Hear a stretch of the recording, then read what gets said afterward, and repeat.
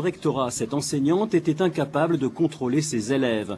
Le jour même de son inspection, le chahut s'est imposé, des élèves quittent même la classe, une situation dont le professeur, aujourd'hui, met en doute la spontanéité.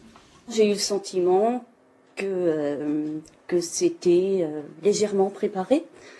Quand je suis entrée en classe, en effet, les élèves ont sorti de leur cartable masque et perruque. Donc c'est vrai que dans un premier temps, j'étais un peu stupéfaite. Je ne m'attendais pas du tout à quelque chose comme ça, donc j'ai marqué un temps d'arrêt.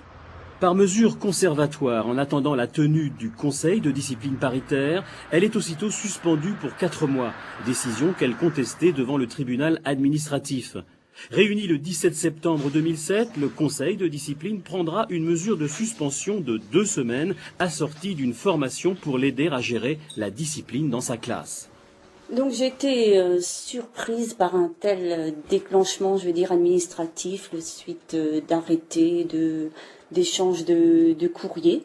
C'est vrai que j'aurais préféré rencontrer quelqu'un représentant le rectorat avant pour bien préciser un petit peu comment ça se passait et comment ça s'était dégradé au cours des derniers mois.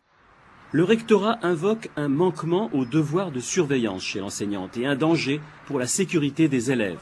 Des élèves qui sortent de la classe sans que l'enseignant ne fasse quoi que ce soit. Un élève peut très bien sortir de l'établissement, avoir un accident.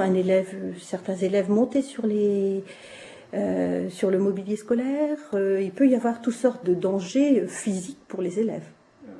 Depuis le mois d'octobre, le professeur enseigne à mi-temps dans un autre établissement de l'Orne, en ayant suivi une formation accompagnante.